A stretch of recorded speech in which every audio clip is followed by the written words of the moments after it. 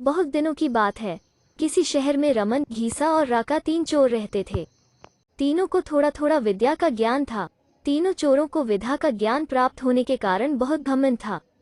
विद्या द्वारा तीनों चोर शहर में बड़े बड़े लोहे की तिजोरियों को तोड़ देते थे और बैंकों को लूट लिया करते थे।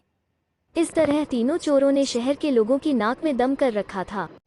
एक बार तीनों चोरों ने एक बड़े बैंक में डकैती करके सारा माल उड़ा दिया।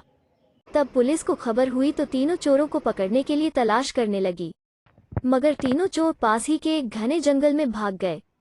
तीनों चोरों ने देखा कि जंगल में बहुत सी हड्डियां बिखरी पड़ी हैं। रमन ने अनुमान लगाकर कहा, ये तो किसी शेर की हड्डियां हैं। मैं चाहूं तो सभी हड्डियों को अपनी विद्या के ज्ञान द्वारा जोड़ सकता हूं।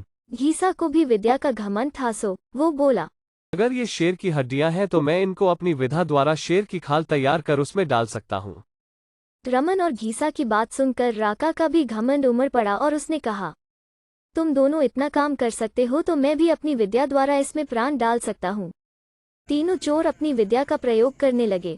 कुछ देर बाद रमन ने सारी हड्डियों को जोड़ दिया और घीसा ने शेर की हुबहू जान डाल दी। थोड़ी देर में तीनों चोर सामने एक जीवित भयानक शेर को देखकर थर थर कांपने लगे, मगर शेर के पेट में तो एक दाना नहीं था। वो भूख के मारे गरजता हुआ तीनों चोरों पर हमला कर बैठा और मारकर खा गया।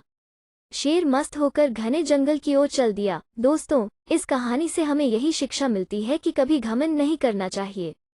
घमंडी को हमेशा दुख का ही सामना करना पड़ता है। यदि तीनों चोर अपनी विद्या का घमंड न करते तो उन्हें जान से हाथ न धोने पड़ते। हमें अपनी विद्या का प्रयोग सोच समझकर करना चाहिए।